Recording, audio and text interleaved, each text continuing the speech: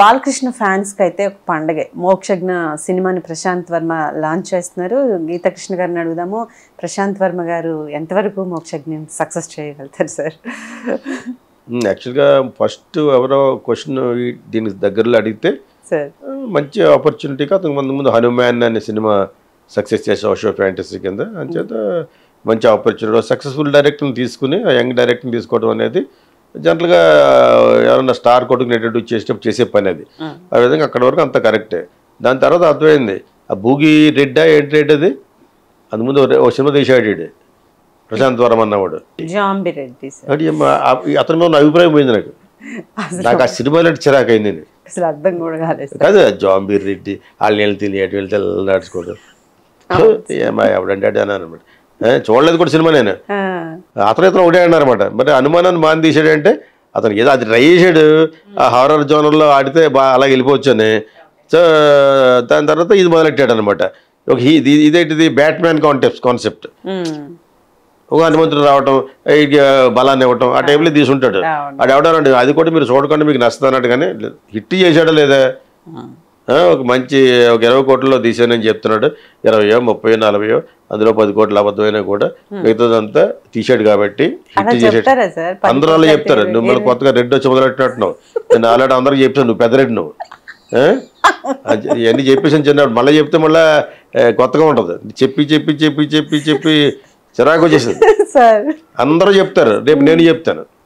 అదేందా ఒక 20% ఎక్కువ చెప్తాం అన్నమాట.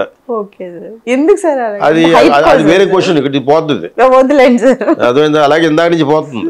అసలు సబ్జెక్ట్ మాట్లాడేసుకుంటే ఈ ప్రశాంత్ వర్మ అన్న అతనికి హిట్ ఫార్మ్ లో ఒకటి కనిపెట్టాడు. నేనేమన్నానంటే లవ్ స్టోరీ తీస్తున్నాడేమో అనుకుని సాధారణంగా అటువంటి అందమైన అబ్బాయిలు బాలకృష్ణ అంతకంటే అందంగా ఉండేవాడు. ఇప్పుడు అన్నదమ్ముల సవాల్లో యంగ్ ఫెలో ఇతనికంటే చిన్న ఏజ్ లోనే ఇంట్రడ్యూస్ చేశారు ఆయన. యాదవ్ భారత్ అనే మంచి సినిమా, ధర్మేందర్, తారిక్, విజయారోరా యాక్ట్ చేసిన సినిమా సూపర్ హిట్. ఓకే దాన్ని ఇక్కడ తీశారు. తీసినప్పుడు రామారావు గారు వచ్చి ధర్మేంద్ర క్యారెక్టర్ చేసాడు. విజయారోరా క్యారెక్టర్ వచ్చి మురళీమోహన్ చేశాడు. యంగ్ అప్పటికి మురళీమోహన్ అందంగా ఉండేవాడు. మురళీమోహన్ చిన్నప్పుడు బాగానే ఉండేవాడు మంచి. కాకపోతే నట శూన్య అది వేరే విషయం. కానీ సో ఇప్పుడు నెక్స్ట్ ఎవరు బాలకృష్ణ చాలా అందంగా ఉండేవాడు. మీ ఇద్దరు ఒకటే ఏజ్ కాబట్టి తర్వాత మీ ఇద్దరు బాగా ఫ్రెండ్స్. నేను అప్పుడప్పుడు ఎందుకు అంటా అంటే నాకు అతనికి ఇచ్చిన జరిగింది ఒక కథ కాడ ఒక స్టోరీ కాడ. అంటే అతని హిపోక్రసీ నేను బయట పెడతా ఉంటాను అంతే. అంతకు మించి ఏమీ లేదు అనుకుంటూ ఉంటాడు మనవాడు. అంతే అదే మనసులో పెట్టుకున్నాడు అని. అదే మా ఇద్దరికి మధ్య జరిగింది కాకినాడలో విశాఖపట్నంలో జరిగింది అనమాట. సో అదర్వైజ్ బెస్ట్ ఫ్రెండ్ నాకు. వీళ్ళు ఎవరు పుట్టలేదు అప్పటికి. బ్రాహ్మణి కంటే ముందు ఒక కాన్పు పోయింది. సో అప్పటి నుంచి తెలిసి నాకు మేము జననీ జన్మభూమి అని సినిమా తీసాం. నేను విశ్వనాథ్ రెస్టెంట్ అప్పటికి. సో మీ ఛానల్లో కూడా ఒకసారి చెప్పాలని చెప్పేసాను. ఇప్పుడు ప్రశాంత్ వర్మకి ఆ ఛాన్స్ వచ్చింది లవ్ స్టోరీ తీస్తాడేమో అనుకుని నేనేమన్నానంటే ఏదైనా ఒక బాలకృష్ణ కొడుకు ఒక పెద్ద 10,000-20,000 కోట్ల మనిషి ఆ లేదు మనసులో పెట్టుకుని తీస్తే అందుముందు అచ్చదీడికి ఒక పెద్ద హీరోని తీసేద్దాం అంటే ఆ వినాయక్ గారు చేసిన సినిమాలా ఉంటుంది. అఖిల్ని పెట్టి దొబ్బిందా సినిమా. ఆ పిక్చర్ ఇవ్వకుండా అమ్మాయి రిచ్ ఇతను చాలా పూర్ ఇతని మీద జాలి కలిగేట సినిమా తీయండి అని చెప్పారు. ఇది నేను గాలి జనార్దన్ రెడ్డి నా దగ్గరకు వచ్చి అడిగాడు వాళ్ళ అబ్బాయి నేను లాంచ్ చేసేటప్పుడు. ఇప్పుడు చేస్తే బెటర్ అంటే ఎంఏ అయిన తర్వాత చేస్తే ఎంఏ అయిన తర్వాత ముదురు లవ్ అవుతుంది, ఇప్పుడు చేస్తే టీన్ లవ్ అవుతుంది అని చెప్పాను. అది మీ ఇష్టం అని చెప్పాను. ఎందుకంటే వాళ్ళ అమ్మాయి పెళ్ళిలో తమన్నాతో డాన్స్ చేసేసాడు గాలి జనార్దన్ రెడ్డి కొడుకు. అప్పుడు నన్ను రిక్వెస్ట్ చేస్తే నేను అక్కడ నోవాటల్ కలిసాం ఎయిర్పోర్ట్ దగ్గర. ఒక అబ్బాయి ఎవరో అడిగితే కలుద్దాం సార్ అక్కడ అంటే ఐ డోంట్ మైండ్ అన్నాను. అతను కూడా అన్నాడు నేను మీ ఫ్యాన్ సార్ కోకిల అన్నాడు. జగలాగి అప్పటికి అతను బ్లాక్ స్పాట్లో ఉన్నాడు. సిబిఐ గీబీ గన్నులు తినేసి ఆ టైపులో ఉన్న టైం అన్నమాట. అది నాకు సంబంధం లేదు కానీ బట్ యూ కెన్ ఇంట్రడ్యూస్. ఇంకొంచెం 4 సంవత్సరాల తర్వాత ఇంట్రడ్యూస్ చేస్తే ముదిరిపోయి ఉంటాడు. అప్పుడు టీన్ లవ్ స్టోరీ చేయకూడదు. ఎన్టీ రామారావు గారు బాబీ సినిమా చేస్తే అలా ఉంటుంది అలా ఉంటుందని చెప్పి అనమాట. అంచేది అలా చేయకండి. ఇప్పుడైతే ఈ యంగ్ బాయ్ అప్పుడైతే ముదురు బాయ్ అని చెప్పేసి యంగ్ గా ఉన్నప్పుడు పెట్టారు. అతను జ్యోతిష్కం పిచ్చాడు ఇలాగా నేను కట్టుకున్నట్టు బాలకృష్ణ. ఆ పిచ్ తోటి 4 సంవత్సరాలు వెయిట్ చేయించాడు. అదేందా వాళ్ళకి ఏంటి తక్కువ ఏం తక్కువ వాళ్ళకి. రామారావు గారు మనోడు బాలకృష్ణ మంచి ప్రాస్పెరిటీలో ఉన్నాడు అని చేత వాళ్ళకి కావాలని బాలకృష్ణ యొక్క ఈ మూఢనమ్మకాలతోటే లేట్ అయిందని నేను అనుకుంటున్నాను. చాలా బాగుండేవాడు ఫస్ట్లో, ఎంత అందంగా ఉన్నాడు అనుకున్నామండి. ఇప్పుడు వాళ్ళ మదరు ఆమె కూడా మా ఊరే కాకినాడ. సో వాళ్ళ ఫాదర్ కూడా నా సినిమాకి ఫైనాన్స్ చేశాడు, దేవరపల్లి సోనియా కోకిలకి. సో పెద్ద ఫైనాన్సర్ అని. సో అయితే బాలకృష్ణ అందగాడు, మంచి ముక్కు. రామారావు గారి ప్రోడక్ట్లు అంతా కూడా అందగాడే కదా. అంచేత ఇతను చిన్నప్పుడు బాగుండేవాడు, లేట్ చేయడం వల్ల లావు అయిపోయాడు, నారా రోహిత్ లాగా.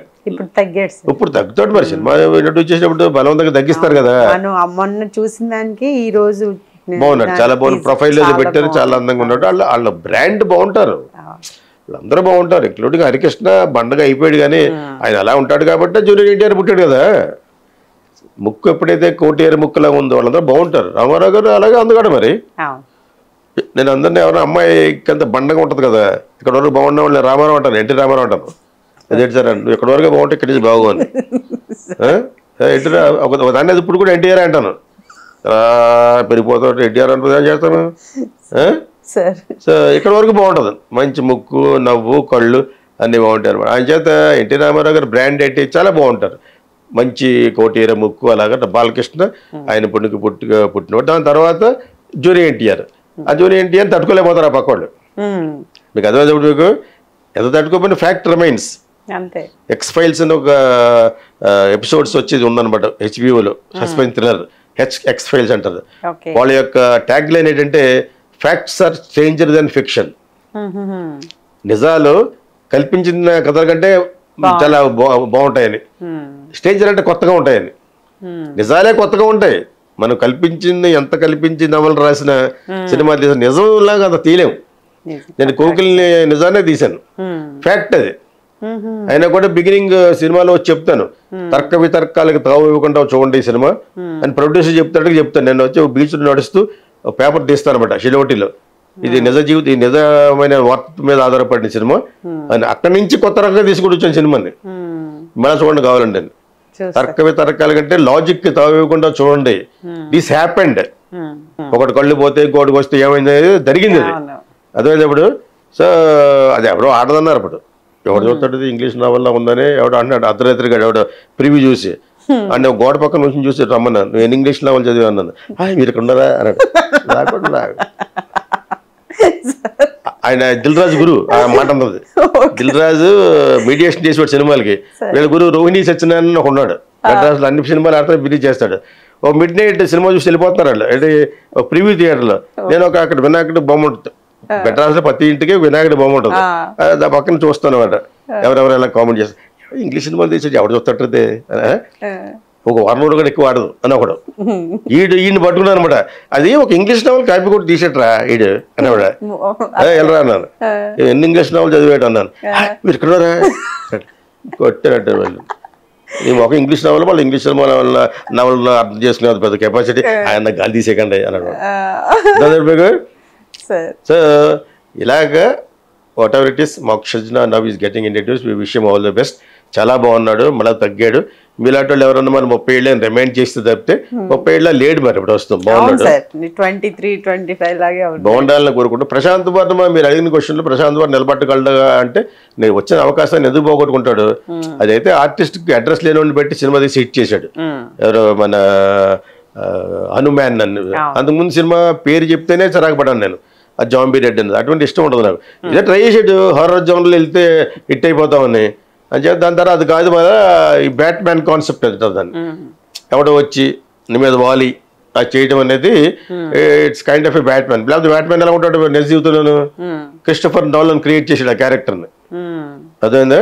సో అది ఫస్ట్లో ఇవన్నీ కూడా కార్టూన్స్ లాగా వచ్చి మనకి ఫేమస్ కాదు కానీ మనకి చందమామ ఫేమస్, కార్టూన్స్ ఫేమస్ అక్కడ వెస్ట్రన్ కంట్రీలో. All kids are obsessed with cartoon books. అందుకనే వాళ్ళకి వాల్ట్ డిస్నీ వాళ్ళు స్కూబీడీ ఆయన వాళ్ళు చాలా ఎక్స్పెన్సివ్ అయ్యి ఆ లెవెల్లోకి ఇప్పుడు కూడా మన వాళ్ళు యానిమేషన్ చేయలేరు. వాల్ట్ డిస్నీ చేసిన లెవెల్కి ఇప్పుడు కూడా చేయలేము మనం, అంత కష్టపడాలి దానికి. సో అవి ఒకేసారి సినిమాల గురించి కూడా ఎందుకు చెప్పేస్తానంటే అర్థమవుద్దని. సో ఈ హనుమాన్ తీసిన డైరెక్టర్ ఎందుకు నిలబెట్టలేడు, అతను నిలబెట్టడం కోసం కాకుండా సినిమాని బాధిస్తే ఆడద్ది. అతన్నే మనసులో పెట్టేసుకుని భానుమతి గారిలాగా అన్ని ఫ్రేమ్లో నేనే ఉండాలి, రామారావు నాగేశ్వరరావు గడ్డాడు పదా అనిదట ఆవిడ. అవునా సార్? సో అలా ఉంటే సినిమా ఆడదు. ఓకే. పాట పాడేస్తే మ్యూజిక్ చేసేస్తే రారా నాగేశ్వరరా అంటుందన్నమాట. అదేదో స్టేజ్ మీద ముసలి అయిపోయింది నాగేశ్వరరావు గారు చేయించాడు అనమాట హైదరాబాద్లోనే. నేను కింద మీద పడితే ఎక్కుతాను కానీ నువ్వు కూడా పెట్ట నాకు అది అది యాటిట్యూడ్ ఆవిడది. లీడ్ చేసింది ఆవిడ. ఒక స్టూడియో, ఒక యాక్ట్రెస్, ఒక డైరెక్టర్, ఒక మ్యూజిక్ డైరెక్టర్, ఒక సింగర్. చూస్తే భయపడేవాళ్ళు. నేను అనుకోకుండా ఒకసారి ఇంటర్నేషనల్ ఫిల్మ్ ఫెస్టివల్కి వెళ్తున్నాను ఢిల్లీ. ఈవెన్ గెస్ట్ గా పిలిచినట్టు నా పక్కన కూర్చుంది. ఎవరు అందనమాట. నాకు యాక్చువల్ విధంగా అదృష్టంగా ఫీల్ అవుతున్నాను మీ కూడా అంటే చెప్పు విశ్వనాథ్ ఆడు మంచి డైరెక్టర్ అందనమాట. అలాగే ఢిల్లీ వెళ్ళే వరకు మంచి కాలక్షేపణ. నా వెనకాల శంకరాపురం ప్రొడ్యూసర్ ఉన్నారు, నాగేశ్వరరావు గారు, ఐ థింక్ విశ్వనాథ్ గారు కూడా ఉంటారు ఫ్లైట్ లో. So whatever it is, I don't remember. So ఆవిడంటే ఎందుకు ఇష్టం ఉంటుందంటే she was my father's fan. Old కదా, ఎస్టర్ ఇయర్స్ హీరోయిన్, సింగర్. నేను ఎందుకు ఆవిడ గురించి చెప్పానంటే ఇప్పుడున్న వాళ్ళు అందరూ అన్ని ఫ్రేమ్లో నేనే ఉండాలి అలా ఉన్నారు కొంతమంది స్టార్. పేరు చెప్తాను తిడతాడు అనమాట. సీన్ ఎలా ఉందంటే వెళ్తాడు అనమాట. ఈ డైరెక్టర్ ఆ నెవరితో వెళ్తాడు అనమాట. ఎలా ఈ డే బట్టలు వేసుకున్నాడు, బాగాలేదు తీసి పడతాడు, మామూలుగా ఏంటి అంటారనమాట. ఒకప్పుడు వరకు ఎలా ఉండి వీటికంటే డామినేటింగ్ డ్రెస్ వేయకూడదు వాడికి. ఆ చెత్త అంతా పోయింది ఇప్పుడు. Now everything is gone, now it has come to realistic, logically realistic తీయమంటాను. లాజిక్ మిస్ కాకూడదు, ఎందుకంటే ఆడియన్స్ ఏ తప్పు దొరక లాజిక్ అడుగుతున్నారు. ఇది అలా జరుగుద్ది, అది అలా జరుగుద్ది, నువ్వు చెప్పాలంటే చెప్పడం రా తెలియదు అంటాడు అనమాట. సో ఆ లాజికల్లీ రియలిస్టిక్ ఫిల్మే రంగస్థలం, లాజికల్లీ రియలిస్టిక్ ఫిల్మే పుష్ప. అతనికి రావడానికి 10 సినిమాలు పెట్టింది. అయినా సుత్తి నాన్నకు ప్రేమతో, పిల్లం ప్రేమతో అది తీసేవాడు అంతకుముందు సినిమాలు. అతని సినిమాలు ఏది లైక్ చేసేవాడిని కాదు నేను. సుకుమార్ నా డైరెక్టర్. ఎక్కడి నుంచే మెచ్యూరిటీ వచ్చింది అతనికి రంగస్థలం నుంచి. అది కూడా క్లైమాక్స్ సైరాత్ కాపీ కొట్టారు, సైలెంట్ క్లైమాక్స్. ఇందాక చెప్పిన ధడక్ అని ఆ సైరాత్లో సైలెంట్ గా ఉంటది, హడావుడి లేకుండా. అంతకుముందు క్లైమాక్స్ కానీ రాఘవేంద్ర గారు ఒక 100-120 లారీలు అది తల్లిదండ్రులు కట్టేయడం అలా అంటూ ఉంటారు.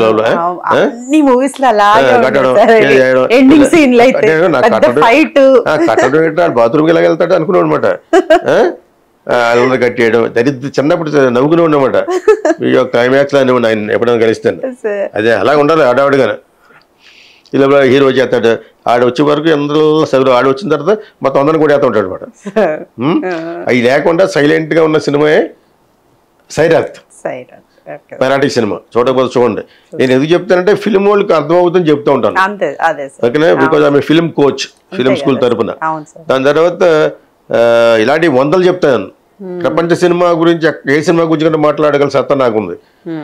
European, Romanian, any film, Hollywood, మన బాలీవుడ్, టాలీవుడ్, తర్వాత అయితే మనం అవన్నీ అనకూడదు యాక్చువల్గా. Malayalam, Kannada, all the classics, Telugu classics. ఇప్పుడున్న వాళ్ళు కనీసం మేము వచ్చిన అప్పటి నుంచైనా చూడరు. మేము డైరెక్ట్ లేనప్పుడు మేము పుట్టిన క్రితం నుంచి సినిమాలు కూడా తెలుసుకునేవాళ్ళం. విశ్వనాథ్ గారి అని పెద్ద. సో ఆ మాత్రం నాలెడ్జ్ ఉంటేనే సినిమా తీయాలి. Especially directors, you must be well read.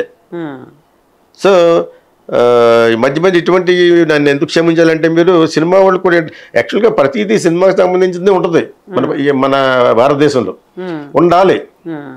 సినిమాకి సంబంధించి ఎందుకు చూస్తున్నాం పాలిటిక్స్, ఎంజీఆర్ కానించి రిక్షా వాళ్ళు కూడా పేపర్ ఎందుకు చదువుతారు. MGR he's become a hero. Karunanidhi is writing dialogues, ఈయన కథగా ఆయన యాక్ట్ చేసేవాడు.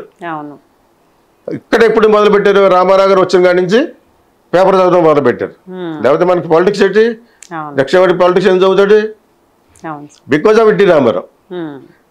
ఒక సినిమా స్టార్ పాలిటిక్స్ లో రావడంతో ఆ ఇంట్రెస్ట్ ఏర్పడిపోయింది వాళ్ళకి, అర్థమైందా. So the great things goes to the film people who came to film politicians, politics.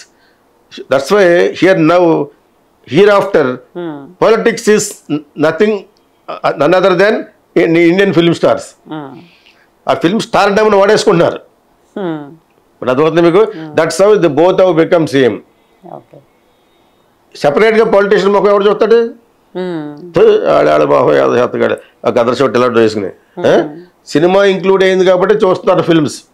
Okay. మీకు అర్థమైనప్పుడు మీకు పాలిటిక్స్ సినిమా ఇందులో ఇంక్లూడ్ అవ్వడం వల్ల politics he's become very interesting factor. So Mokshagna looks very good. We wish him all the best. Prashanth Neel కాదు, అది ప్రశాంత్ వర్మ. ఆ ప్రశాంత్లోనే success ఉంది ఒకవేళ. అక్కడ ఆ ప్రశాంత్ నీల్ హిట్, ఇక్కడ ఈ అబ్బాయి కూడా హిట్ అవ్వాలని కోరుకుంటాం. కాకపోతే జాంబీ రేట్లు, గాడిద గుడ్డు రేట్లు అవి పక్కన పెట్టు. నేనేమన్నానంటే లవ్ స్టోరీ తీస్తున్నాడేమో, తీస్తే మటుకు తను రిచ్ మ్యాన్ గా తీయొద్దు అని మొన్న ఒక ఐడియా చెప్పాను. అవసరమైతే అలా ఇచ్చు దగ్గులు పెట్టాలనుకుంటే అమ్మాయిని పెట్టండి. కొంచెం కాదు, బాగా కొంచెం కాదు, చాలా బాగా. కలర్ ఫోటోలో ఉన్నంత పేదరికం చూపించాలి. చూపిస్తేనే హిట్ అవుతాడు. ఇతను అలాగే వెళ్ళలేదు, సోషియో ఫ్యాంటసీ వెళ్తున్నాడు. అందులో కూడా వాడు ఆర్డినరీ క్యారెక్టరే, ఫుడ్కి లాటరీ కొట్టే క్యారెక్టరే పెట్టాలి. కంఫర్టబుల్గా పెట్టకూడదు. నేను మళ్ళీ చెప్తున్నాను, ఇది చూస్తే అతను నేర్చుకోవాలి. బాలకృష్ణ గారు కూడా దీంట్లో ఒకటి యాక్టింగ్ చేస్తారని, అది తప్ప అన్నీ బాగున్నాయి.